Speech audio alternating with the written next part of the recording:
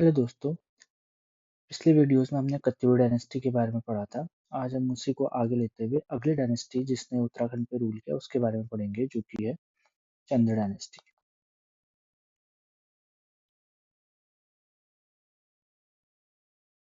चंद dynasty चंद dynasty के अगर बारे में बात करें तो चंद डायनेस्टी जो डोमिनेट करती है वो करती है कुमाऊं रीजन। कहाँ डोमिनेट करती है? कुमाऊं रीजन पे। अब जैसा कि हमने पिछली वीडियोस में देखा, जो कत्यूरीज का डिक्लाइन हुआ था उसका फायदा उठाते हुए कुमाऊं में चंद डोमिनेट करे और गढ़वाल में परमार डोमिनेट करे, जिसके बारे में हम आगे आने वाले लेक्चर्स में पढ़ेंगे, परमार डायनेस्टी के बारे में। लेकिन ऐसा नहीं था कि कुमाऊं में जब चंद आए तो कत्यूरीज पूरी तरीके से खत्म हो गए थे। कुछ कुछ जगहों पे कत्यूरी अभी भी राज कर रहे थे, लेकिन वो एक बहुत बड़ा एरिया को ऑक्यूपाई नहीं कर रहे थे। छोटी छोटी जगहों पर अपना राज चला थे, जिनमें से कुछ रीजन थे पाली, जो कि रानीखेत के आसपास पड़ता है। उसके बाद आपके थे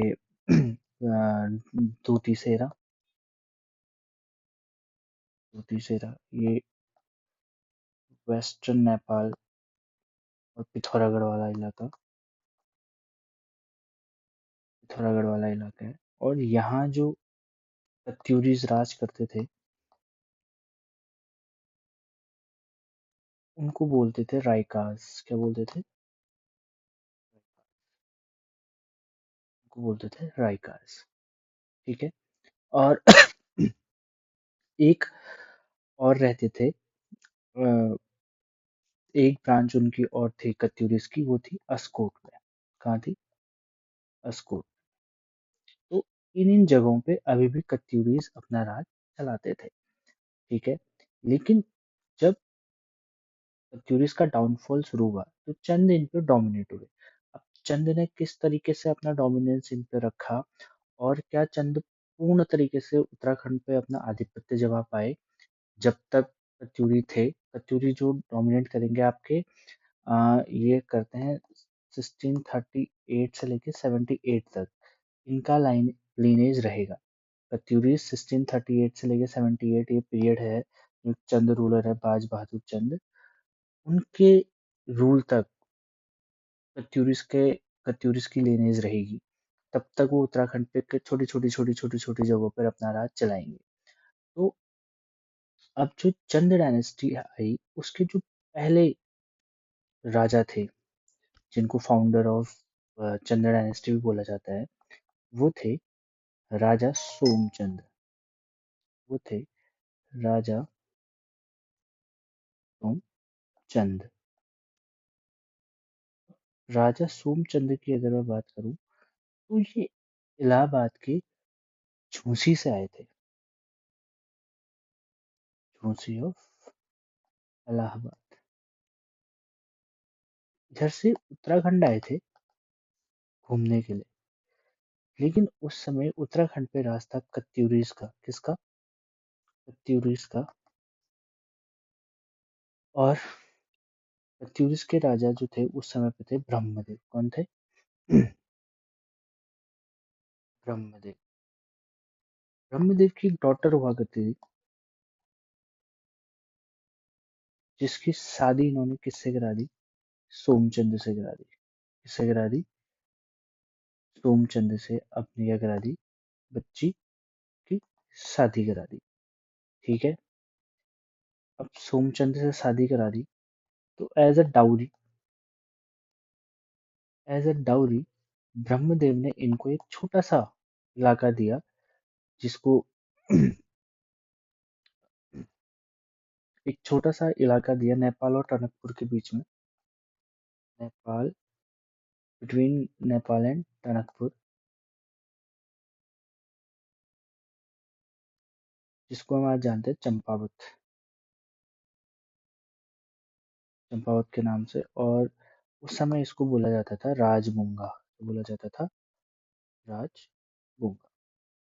तो सोमचंद उत्तराखंड आए थे, वो ब्रह्मदेव से मिले। ब्रह्मदेव उनसे इंस्पायर हुए उनको अच्छे लगे वो, उन्होंने अपनी बेटी की शादी उनसे करवा दी और एज अ डाउरी दहेज में उनको चंपावत का जो उनका प्रगना था वो क्या कर दिया, गिफ्ट कर दिया।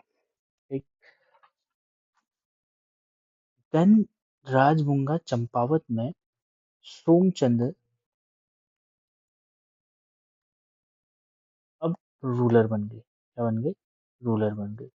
और एज ए रूलर ये अभी सिर्फ चंपावत में ही है, इनका अभी दबदबा नहीं हुआ है। ठीक है, ये जस्ट चंपावत में अपना काम कर रहे हैं। अब मैंने बोला कि जो उत्तराखंड में उस समय कुमाऊं रीजन या पूरा उत्तराखंड था उस पे कत्यूरीज क्या थे, कहीं कहीं पे क्या कर रहे थे, राज कर रहे थे।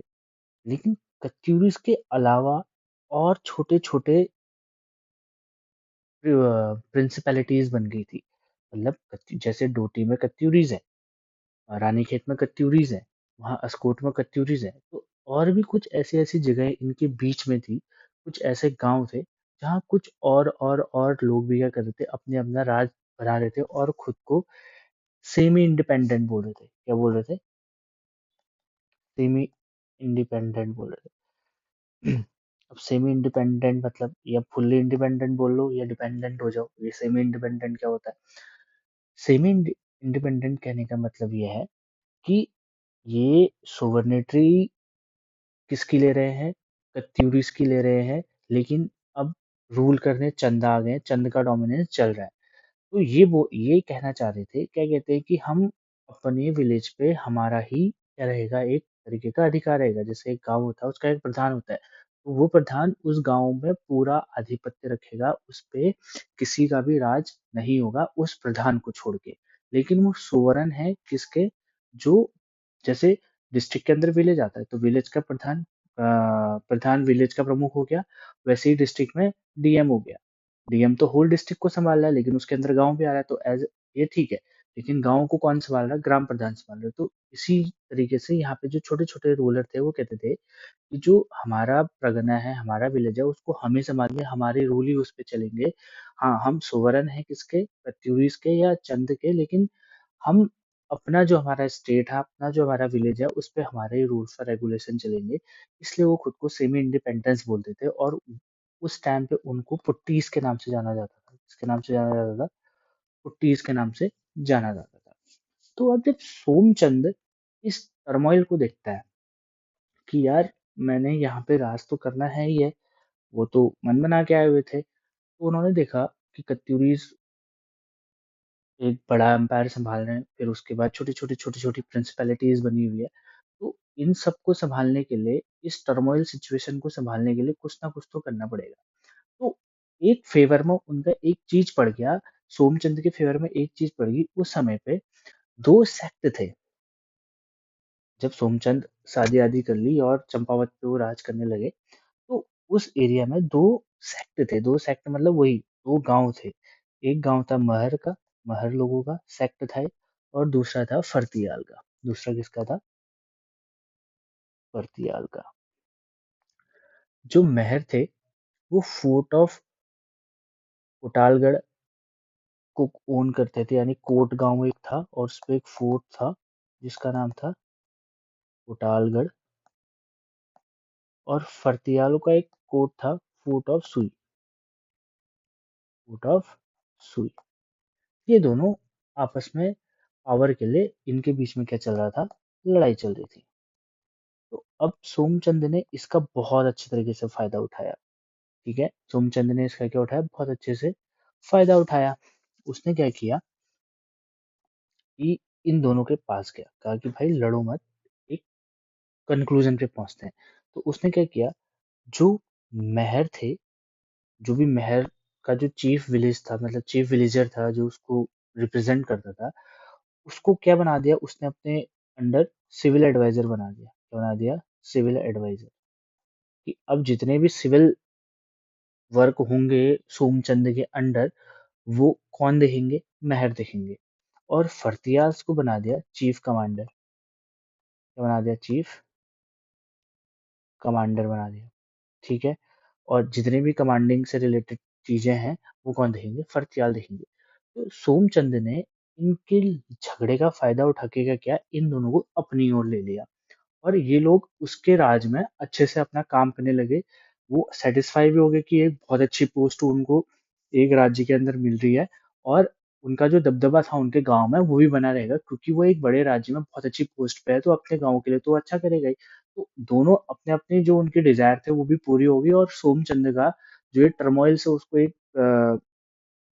जो उनके बीच में टर्मोइल चल रहा था उससे उसको एक बहुत अच्छा पोजीशन मिल गया कि वो उस एरिया को संभाले, और एक बहुत बड़े दो सेक्टर मेहर और फतेहाल उसके अंदर आ गए। अब वो उसके लिए काम करेंगे। तो इस ये सिचुएशन सोमचंद के लिए बहुत अच्छी काम करी, और उसने एक बहुत बड़ा इलाका चंपावत से लगते हुए अपने अंडर ले लिया। यहाँ से शुरू होती है चंद लोगों का एक्सपेंड करने का तरीका। जो उनका था वो इसी प्रकार से था। फिर सोमचंद ने क्या किया, उसने अपने कोर्ट पे चार जो कम्युनिटीज थी उनको एज अ रिप्रेजेंटेटिव क्या किया, रखा। अब वो चार कौन कौन से थे देखिए, चार फोर कम्युनिटीज थी। कितनी थी? फोर। फोर कम्युनिटीज थी। फोर कम्युनिटीज कौन कौन सी थी? पहली थी कार्की, दूसरी थी बोरा, तीसरी थी तरागी, और चौथी थी चौधरी। इन चार कम्युनिटीज को उसने अपने कोर्ट पे क्या बना दिया, रिप्रेजेंटेटिव बना दिया अपना, कि अब मैं सोमचंद को कौन रिप्रेजेंट करेंगे कोर्ट पे, ये चार वो क्या करेंगे, रिप्रेजेंट करेंगे। अब देखो, मेहर और फर्तियाल का उसने कॉन्फ्लिक्ट कैसे संभाला, उनको एक बहुत अच्छी अच्छी पोस्ट अपने राज के अंदर दे दी। और फिर इन चार सेक्ट को उसने कैसे संभाला, इनको क्या बना दिया भाई, अपना क्या बना दिया, अपने कोर्ट का रिप्रेजेंटेटिव बना दिया, तो ये लोग भी खुश हो गए। और उसके बाद ये जो चंपावत इलाका है वो हिल रीजन है, अब तराई रीजन पे भी उसको एक्सपेंड करना था। तो तराई रीजन पे उसने क्या किया, वहां जो सेक्ट थे, जैसे जोशी थे, जोशी हो गए, वेस्ट, पांडे, इनको उसने क्या करा, वहां का अपना कोटियर बना दिया। कहाँ का? तराई रीजन का। इधर का तराई रीजन का क्या बना था, रिप्रेजेंटेटिव बना दिया, कि अब तराई में जो जो काम हो रहे हैं, जो जो चीजें तराई में हो रही है, उनको कौन देखेगा, ये जोशी, बिष्ट और पांडे देखेंगे। ये बहुत अच्छे तरीके से हैंडल करके सोमचंद ने एक बहुत बड़ा इलाका, कहें कि पूरा कुमाऊं अपने अंडर ले लिया था। ठीक है। और एक सबसे अच्छा काम जिससे विलेजेस बहुत खुश हुए, और उससे उसकी पॉपुलैरिटी बहुत बढ़ी, वो काम उसने किया कि जो कत्यूरिस के टाइम पे जो हेडमैन ऑफ विलेज थे ना, वो डिमोलिश कर देता उनकी पोस्ट को। लेकिन इसने उसको क्या किया, रिवाइव किया, जिसको वो बोलते थे सयानाज। क्या? सयाना। सयानाज मतलब हेड ऑफ विलेज, जो विलेज को क्या करेगा, हेड करेगा। और इनको पोस्ट दे दी कि एक तो रेवेन्यू पुलिस बना दिया इनको, कि रेवेन्यू आप लोगे। ठीक है, पुलिस से रिगार्डिंग जो भी केस हो रहा है आप उधर देखेंगे। और कुछ फिजिकल ड्यूटीज दी थी। और क्या दे दी? फिजिकल ड्यूटीज दे दी। फिजिकल ड्यूटीज मतलब वही टैक्स लगाना और टैक्स लेना, वो इनको दिया था। और माइनर पुलिस वाली इनको पोस्ट दे दी। तो ये लोग छोटे छोटे विलेज भी खुश हुआ, विलेज पर्सन भी खुद हुए। तो इस तरीके से उसने अपने राज को क्या किया, एक्सपेंड किया। देखिए, उसने क्या किया, सबसे पहले उसने क्या किया कि वो आया, ब्रह्मदेव को उसने प्रसन्न किया। उसके बाद उसकी बेटी से उसने शादी कर ली। उसकी बेटी से शादी करने में ब्रह्मदेव ने खुश होकर उसको चंपावत जो परगना था वो गिफ्ट कर दिया। लेकिन अब वहां चंपावत में जब उसको गिफ्ट किया, वो रूलर बना, तो बहुत सारे वहाँ पे छोटे छोटे छोटे सेक्ट थे। जब वो राजा बना तो एक सिचुएशन आई उसके सामने, मेहर और फतेहाल लड़ रहे थे। तो भाई उसने कहा कि मैं इनके बीच की लड़ाई में ना पड़ के एक एडवाइजर का काम करता हूँ। इनको बुलाया कोर्ट पे, और बोला कि मेहर भैया आप आज से मेरे एडवाइजर हुए, और फतेहालों को बोला कि आप हमारे कमांडिंग जितनी भी सेना है उनको देखिए। फिर इसी तरीके को अपनाते हुए उसने जो उसके और सेक्टर थे, जैसे कार्की, बोरा, तड़ागी, चौधरी हमने पढ़ा, तो ये और सेक्ट होंगे आसपास, तो उनको उनको अपनी तरफ लाने के लिए इसने क्या किया, उनको अपने कोर्ट का रिप्रेजेंटेटिव बना दिया। अब कुछ कार्की कर रहा होगा, कुछ बोरा कर रहा होगा, इनको कुछ अच्छे अच्छे काम उन्होंने प्रोवाइड करा दे होंगे। जैसे तराई में जोशी को जोशी जोशी जो चीज को इन्होंने सिविल एडमिनिस्ट्रेशन संभालने को दिया तराई में। और जो पुरोहित और गुरु बने वो कौन बने, बिष्ट और पांडे बने। पुरोहित और गुरु वाला काम हुआ। तो इस तरीके से सोमचंद ने क्या किया, पूरा का पूरा अपना जो एक्सपेंशन था अपने स्टेट का वो किया। लेकिन सबसे बड़ा जो ड्रॉबैक था सोमचंद का ये था कि वो इंडिपेंडेंट रूलर नहीं था कुमाऊं के अंदर। क्या नहीं था? Not a independent ruler in Kumaon और उत्तराखंड। ठीक है, ऐसा क्यों कह रहा हूँ? जब हमने शुरुआत में पढ़ा था कि जो कत्यूरीज थे वो बहुत सारे सेक्ट में अलग अलग हो गए थे, जिसमें हमने तीन पढ़े थे, पाली, डोटी और अस्कोट। तीन हमने पढ़े थे। इसमें जो डोटी है ये मैंने बोला कि ये वेस्टर्न नेपाल में है। अब ये जो वेस्टर्न नेपाल वाले कत्यूरीज थे ना ये बहुत पावरफुल थे। क्या थे? बहुत पावरफुल थे। इन्होंने पूरे नेपाल को एनेक्स किया और वहां अपना राज क्या किया, स्थापित किया। तो इस वजह से जो डोटी के कत्यूरीज थे वो काफी ज्यादा क्या थे, आपके पावरफुल थे। तो जो सोमचंद ने सोवेरेनिटी ली वो ली डोटी की। तो हमेशा जो सोमचंद का रूल रहा वो हमेशा फ्यूडिटरी रहा, किसका? महाराजा ऑफ डोटी का। ठीक है, ये बहुत इंपॉर्टेंट बात है कि जो सोमचंद है ये ऑलवेज क्या था, फ्यूडेटरी ऑफ किसका था? Feudatory of king of Doti. हमेशा किसके अंदर था? किंग ऑफ डोटी के अंदर था। अब ये होगी सोमचंद की बात। अब सोमचंद को, अब हमारे जो दूसरे रूलर आएंगे इनको सक्सेस जो किया वो किया आत्माचंद ने। किसने किया? आत्माचंद ने क्या किया? इनको सक्सीड किया। ठीक है, ये ऑब्वियस सी बात है। क्या है? सन थे किसके? सोमचंद के। इनके बारे में हमें कोई भी जानकारी प्राप्त नहीं है और इनके रेन में कोई भी इवेंट नहीं हुआ था, तो इनके बारे में ज्यादा हमें पढ़ने को मिलता नहीं है। फिर आत्माचंद के बाद आए तीसरे नंबर पे पूर्णचंद।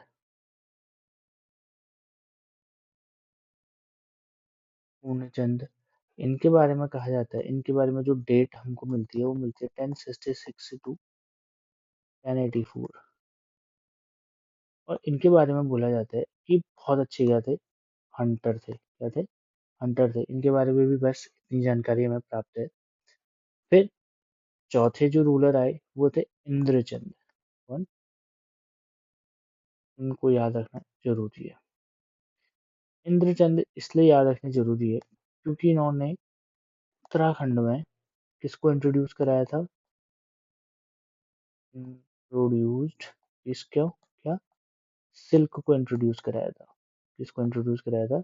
सिल्क को। यानी कि जो सिल्क का इन्होंने व्यापार किया था वो इतना ज्यादा व्यापार किया था कि हम एक्सपोर्ट करते थे। सिल्क को क्या करते थे? एक्सपोर्ट करते थे। कहाँ कहाँ? तिब्बत एंड चाइना में। कहाँ का एक्सपोर्ट करते थे? तिब्बत एंड चाइना में। ठीक, ये इनके बारे में हमें जानने को मिलता है। पांचवे जो रूलर आए उसके बाद हमारे वो आए संसार चंद। संसार चंद। देन आए सुधा चंद। देन हरिचंद।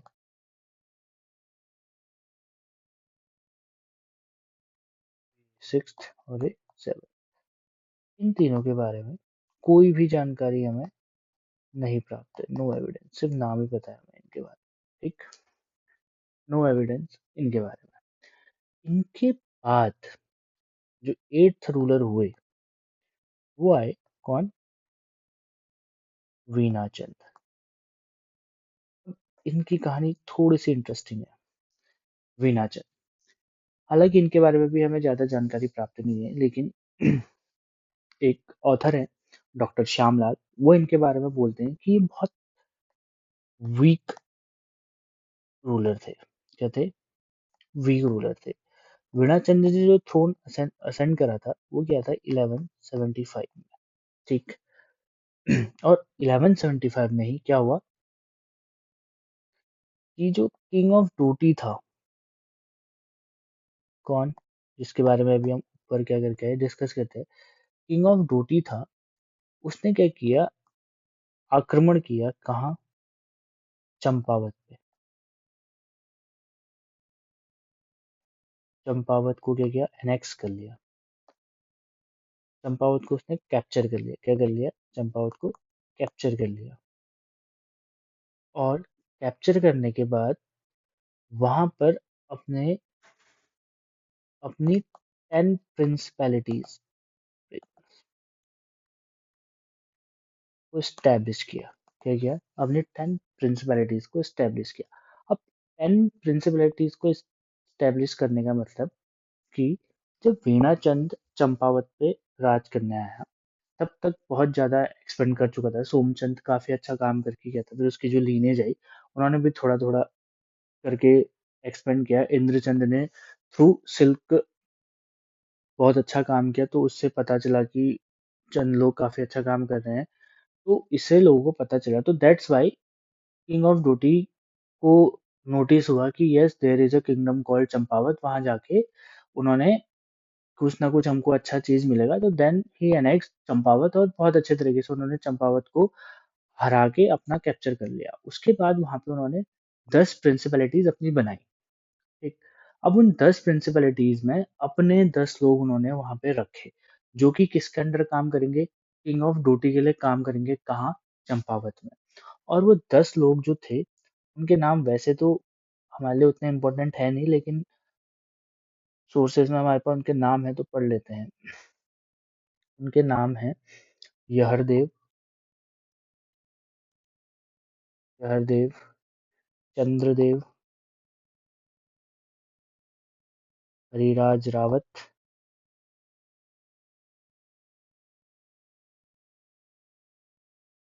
अनिलादित्य रावत, आदित्य रावत, विनय राज, विजयल राज,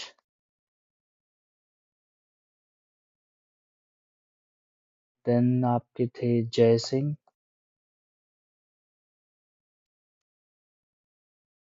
देन जीहल देव, बसल देव और मूस देव।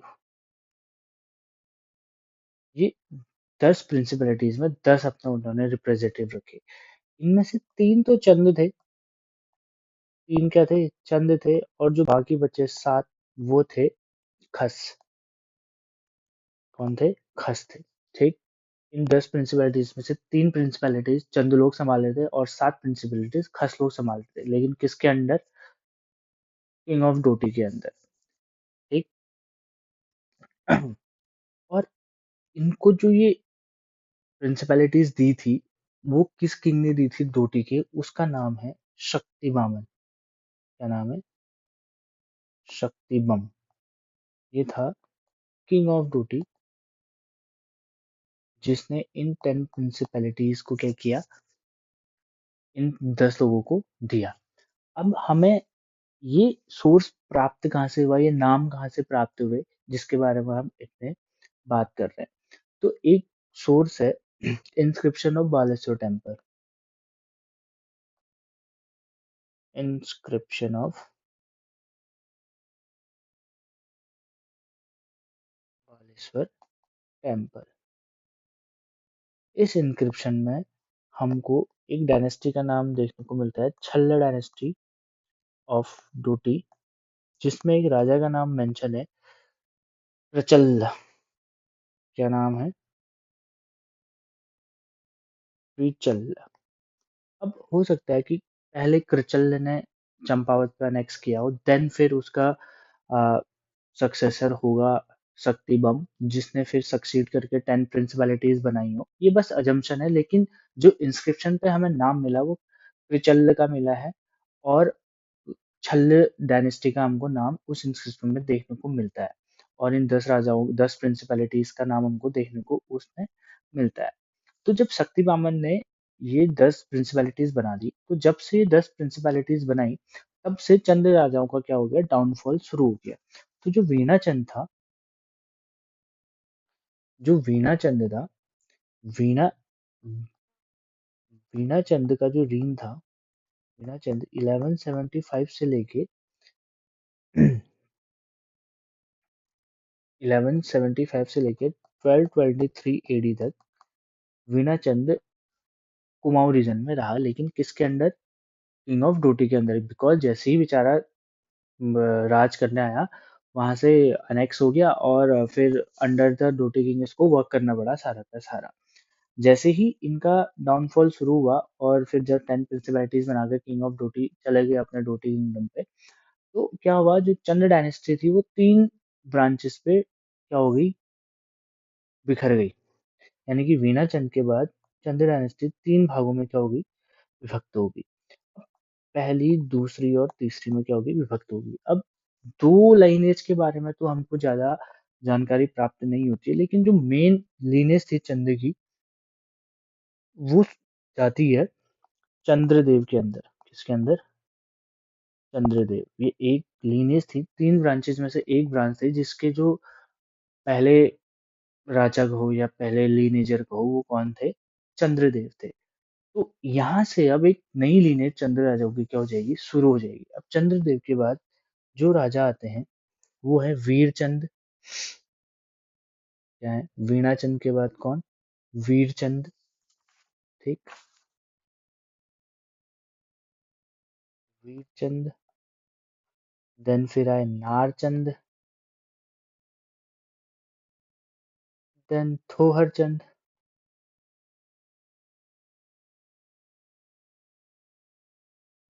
देन त्रिलोकचंद।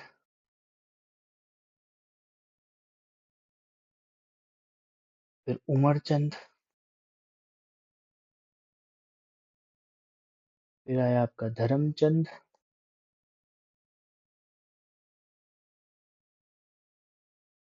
फिर आए अभयचंद। लास्ट में आए करमचंद। करमचंद। करमचंद ने एक ईयर के लिए क्या किया था, रूल किया था। तो ये जो लीनेज है, अब यहाँ से हमारे चंद्र डायनेस्टी शुरू हो जाती है। मतलब एक, जो हमारी सोमचंद से शुरू हुई थी, फिर वो जाके रुकी वीणाचंद पे। वीणाचंद को डिफीट किया था किंग ऑफ डोटी ने, तो वहां से फिर चंद लोगों का डाउनफॉल शुरू हुआ। जैसे ही डाउनफॉल शुरू हुआ, तो वो 3 ब्रांचेस में क्या हो गई, टूट गई। लेकिन 2 ब्रांचेस का तो हमें ज्यादा एविडेंस पता नहीं है, लेकिन तीसरी ब्रांच जो संभाली थी, वो एक चंद्रदेव नाम के राजा ने संभाली, जिसको फिर फॉलो करते हुए हमें इतने सारे राजाओं के नाम पता चलते हैं, और इनके सिर्फ नाम ही हमको पता है। इनके रेन में क्या इवेंट हुए, इन्होंने क्या क्या काम किए, इसके बारे में हमें कोई भी पता नहीं है करमचंद तक। करमचंद के बाद जो राजा आते हैं, वो हैं आपके ज्ञानचंद। ज्ञानचंद से चंद डायनेस्टी एक दोबारा से एक राइज लेती है अपनी पीक वैल्यू तक। वो उसके बारे में हम नेक्स्ट वीडियो में पढ़ेंगे, ज्ञानचंद के बारे में। यहाँ तक का जो मटेरियल था, वो हम पूरा डिस्कस कर चुके हैं, एक बार हम रिवाइज करेंगे। तो देखिए, सबसे पहले क्या हुआ कि चंद डायनेस्टी कुमाऊं रीजन पे डोमिनेट करती है, ये हमें पता है। लेकिन कुमाऊं चंद डायनेस्टी से पहले यहाँ जो राज करी थी वो कत्यूर डायनेस्टी, लेकिन कत्यूर डायनेस्टी का डाउनफॉल शुरू हुआ। लेकिन पूर्ण तरीके से डाउनफॉल शुरू नहीं हुआ, कुछ कुछ इलाकों पे रूल कर रहे थे। उनमें से दपाली जो रानीखेत में पड़ता है, फिर डोटी सेरा जो वेस्टर्न नेपाल का इलाका है, और अस्कोट पिथौरागढ़ में पड़ता है। तो ये आराम से यहाँ काम कर रहे थे, ठीक है, अपना राज ले रहे थे। तो एक दिन इलाहाबाद झुंसी से एक इंसान आता है घूमने के लिए उत्तराखंड में। वो मिलता है कत्यूरी किंग ब्रह्मदेव से। ब्रह्मदेव उस इंसान से बहुत प्रसन्न हो जाते हैं, वो अपनी बेटी की शादी उससे करा देते हैं, और दहेज में चंपावत जैसा राज्य उसको दे देते हैं। लेकिन चंपावत में और भी बहुत सारे लोग क्या कर रहे थे, सेमी इंडिपेंडेंस कुटीज जो हमने बोला था जिनको, वो लड़ रहे थे अपने अपने उसके लिए, उनमें से दो मेन थे, मेहर और फर्तियाल, उन दोनों की लड़ाई चल रही थी। सोमचंद ने कहा ये बहुत अच्छा मौका है, उसने क्या किया, दोनों को बुलाया, नेगोशिएशन करा दिया, अपना बिचौलिया बन गया और बोला कि मेहर साहब आप मेरा सिविल एडवाइजर बन जाओ और फर्तियाल साहब आप हमारे चीफ कमांडेंट बन जाओ। ऐसे ही उन्होंने और सेट के साथ किया, बिस्ट हो गए, आपके कार्की हो गए, बोरा हो गए, पांडे हो गए, जोशी हो गया, इनको भी उन्होंने अलग अलग अलग तरीके के काम देके खुश कर दिया। और बहुत अच्छा काम इसने किया कि जो पुराने जो सयानास थे गांव के, उनको दोबारा से इनको उनकी पोस्ट दोबारा दे दी और उनको थोड़े पुलिस वाले काम दे दिए और फिजिकल पॉलिसी संभालने को दे दिया, तो वो लोग भी खुश हो गए। तो सोमचंद्र ने बहुत अच्छा काम किया और अपना एरिया क्या किया, बहुत वास्ट तरीके से फैला लिया। लेकिन सोमचंद का सबसे बड़ा ड्रॉबैक क्या था कि वो under the Maharaja of Doti king था। ठीक है, वो एक फ्यूडेटर था जिसका, महाराजा ऑफ डोटी का। तो ऐसे चलते चलते चलते फिर हमारी लीनेज आगे को बढ़ी। तो उसके बाद आते हैं आत्माचंद, फिर आते हैं पूर्णाचंद, फिर आते हैं इंद्रचंद, जिसमें से हमको इंद्रचंद याद रखना है क्योंकि इंद्रचंद ने क्या किया था, सिल्क को इंट्रोड्यूस कराया था उत्तराखंड पे और उसका प्रोडक्शन शुरू कराया था। और इतना प्रोडक्शन कराया था, एकदम गोल्डन एरा कह सकते हो सिल्क के मामले में इंद्रचंद के, उसको कि हम एक्सपोर्ट करने लगे थे चाइना और तिब्बत जैसे लोगों को, और बहुत सारे ऐसे देशों को हमने एक्सपोर्ट किया था। तो ये एक्सपोर्ट जो बना, उसने अ, उसने अटेंशन गेन करा और उसके आसपास के राजाओं का, जिसमें से मेन जो अटेंशन अटेन हुआ वो हुआ किंग ऑफ डोटी का। तो उसके बाद जो राजा आए वो ज्यादा इफेक्टिव थे नहीं और उनके बारे में हमको कोई एविडेंस भी नहीं मिलता है। फिर एक वीना चंद आते हैं, उसके बारे में डॉक्टर श्यामलाल बोलते हैं कि एक बहुत वीक क्या थे, रूलर थे। इन्हीं की रीन में क्या हुआ था, किंग ऑफ डोटी ने क्या किया था, अटैक किया था और अपनी 10 प्रिंसिपैलिटीज यहाँ पे क्या की थी, स्टैब्लिश करी थी। अभी हमको जो सोर्स मिलता है वो कहाँ से मिलता है, बालेश्वर टेम्पल इंस्क्रिप्शन से मिलता है। उसमें हमको एक डायनेस्टी का नाम मिलता है, छल्ल डायनेस्टी का, और एक राजा का नाम मिलता है उसका नाम था कृचल्ल, कृचल्ल राजा का नाम मिलता है। अब कृचल्ल ने पहले आक्रमण किया होगा चंपावत पे, देन फिर अपना राज्य स्थापित किया होगा, फिर देन जब वो 10 प्रिंसिपलिटीज सौंपी थी, वो किसने सौंपी थी, शक्तिबम ने सौंपी थी। ठीक है, शक्तिबम ने सौंपी थी। फिर उसके बाद क्या हुआ, जैसे ही शक्तिबम ने 10 प्रिंसिपलिटीज दी, जिसमें से 3 चंद की थी और 7 किसकी थी, आपकी खस की थी, तो उन 3 चंदों में से वो 3 ब्रांचेज हमारी बढ़ गई, जिसमें से जो मेन ब्रांच मतलब जिसको रिकॉग्नाइजेशन मिला, जिसके बारे में हमको जानकारी मिली, वो थी चंद्रदेव वाली बेल्ट, वो सॉरी चंद्रदेव वाली ब्रांच थी, जिसके जो सिर्फ राजाओं के नाम हमको मिलते हैं, वेद चंद्र, नागचंद्र, थोरचंद, त्रिलोक चंद्र, उमर चंद्र, धर्मचंद्र, अभयचंद्र, करमचंद, इनके बारे में हमें पता चलता है। अब यहाँ से फिर क्या हुआ, चंद्र डायनेस्टी फिर से अपने पीक पे आएगी और पहला जो बहुत स्टैब्लिश करेंगे चंद डायनेस्टी को दोबारा, वो होंगे ज्ञानचंद, जो काफी अच्छा काम करेंगे, जिनके बारे में हम अगली वीडियो में पढ़ेंगे। तो आज के लिए इतना ही रखते हैं, थैंक यू सो मच।